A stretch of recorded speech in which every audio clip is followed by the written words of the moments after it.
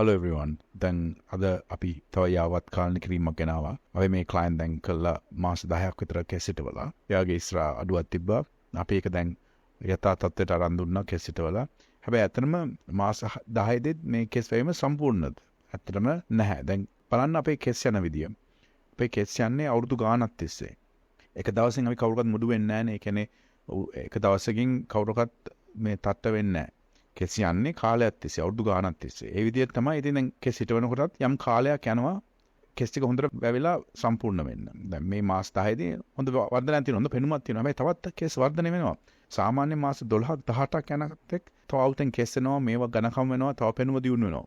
හැබැයි ඒක ඉක්මන් කරන්න ක්‍රම කීපයක් තියෙනවා. එකක් නිසි පෝෂණය ගන්න එක. පෝෂණය හරියට ගන්නවා නම් කෙස් වර්ධනයට අවශ්‍ය අමතර ප්‍රෝටීන, විටමින, khනිජ ද්‍රව්‍ය ලැබෙනවා. ඉතින් අර ඒක ගන්න දැන් අපේ තියෙන බැලන්ස් කියලා අතිරේකයක් ඒක ගන්න පුළුවන්. නැත්නම් හරියට ආහාර පාන ගන්න අවශ්‍යයි.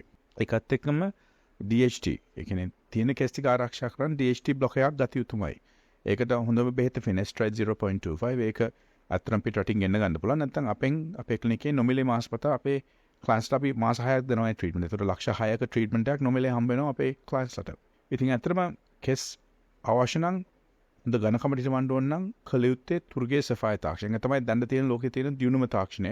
වෙන නම් වලින් මාකට් කරලා කට්ටිය කෙස් හිටවනවා. නමුත් තුර්කිය ගියොත් කරන්නේ සෆාය තාක්ෂණය පමණයි.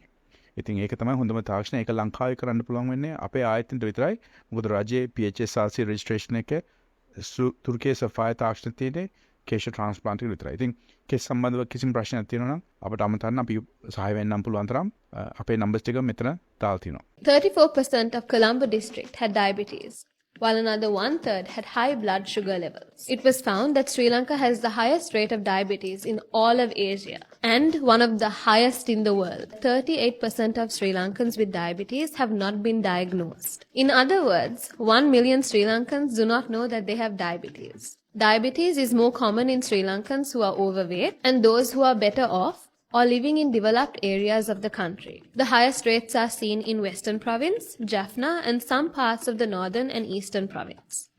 Use balance to control your carbohydrate intake. ඔබ කන පිෂ්ඨ ප්‍රමාණය පාලනය කරන්න බැලන්ස් යොදා ගන්න. ලංකාවේ ජනගහනයෙන් 50%කට වැඩි ප්‍රමාණයකට දියවැඩියාව තියෙනවා. 50%කට වැඩි ප්‍රමාණයකට යම් කෙස් අඩුවක් තියෙනවා. ඒක වයසත් එක්ක වැඩි වෙනවා. මෙතන තියෙන්නේ පෝෂණ පද්ධතියේ අඩුපාඩු.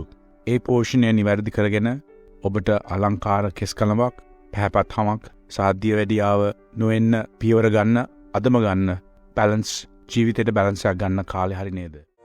හිස් කෙස් අස්වද්දන ආශ්චර්ය සේවයයි.